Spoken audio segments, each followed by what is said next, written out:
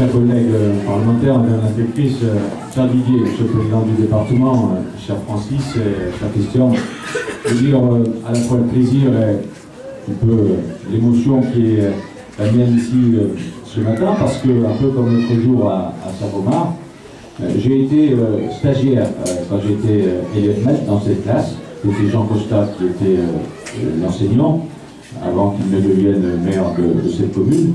Et beaucoup ici se souviennent de cet homme à l'accent rocailleux, mais qui défendait ses convictions avec vraiment beaucoup de constance.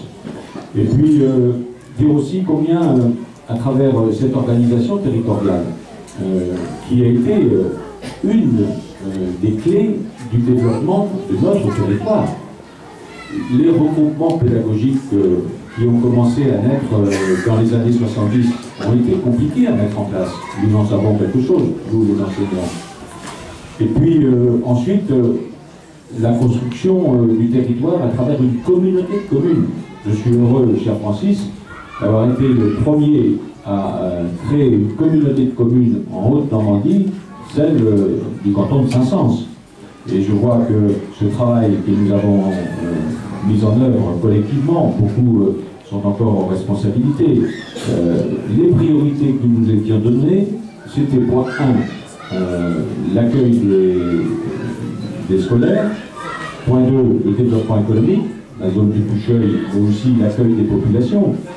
Et cher Christian, en 89, quand j'ai été élu maire de Saint-Saëns, ici, il y avait moins de 500 habitants. Et la commune de Roquemont était pile poil à la taille des communes moyennes de Haute-Normandie. Aujourd'hui, elle est bien au-dessus.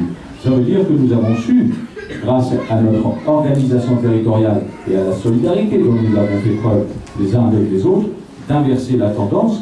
Et aujourd'hui, puisque nous parlons de l'avenir dans cette école, et qu'il n'y a rien, Didier le disait à l'instant, il n'y a rien de plus précieux, il n'y a rien de plus fort, il n'y a rien de plus essentiel lorsqu'on est un élu que de penser à l'avenir de la jeunesse. Car ce qui fait la force de la France aujourd'hui, c'est bien entendu la ressource humaine, la compétence, les compétences qui font que dans beaucoup de domaines, nous sommes les meilleurs au monde. Et c'est pourquoi il faut défendre cela comme la prunelle de ses yeux. Oui, ce qui est fait ici au niveau des communes, oui, ces collèges de grande qualité dans les départements, oui, ces lycées de qualité exceptionnelle depuis qu'ils ont été confiés aux régions, c'est cela qui, ici, à nous trois, à nous quatre, fonde notre engagement dans la vie publique. Et c'est la raison pour laquelle il faut aussi faire en sorte que l'État continue de porter cette excellence à travers la ressource humaine. Et je suis bien placé aujourd'hui pour le savoir, il y a de véritables inquiétudes. Et donc l'avenir de ces jeunes qui après iront au collège, qui après iront au lycée, eh bien c'est cet avenir-là auquel il faut que nous pensions ici collectivement. Et puis, puisque nous sommes organisés dans un territoire, ce que nous avons mis autant de temps à tricoter patiemment, avec des résultats comme cela, eh bien il ne faut pas non plus accepter que, sous des prétextes fallacieux, aujourd'hui, on s'engage à le détricoter et à démolir cette organisation territoriale. Nous avons encore beaucoup de problèmes à régler. La question des déplacements, la question de l'aménagement de ce territoire. Nous voyons bien que ces communes qui sont en train de se développer, il y a Rouen qui auparavant était si loin, qui désormais est si proche. Ce que j'appelle ce développement par le buvard, puisqu'on est dans une école. Hein. Bon, il nous faut le maîtriser.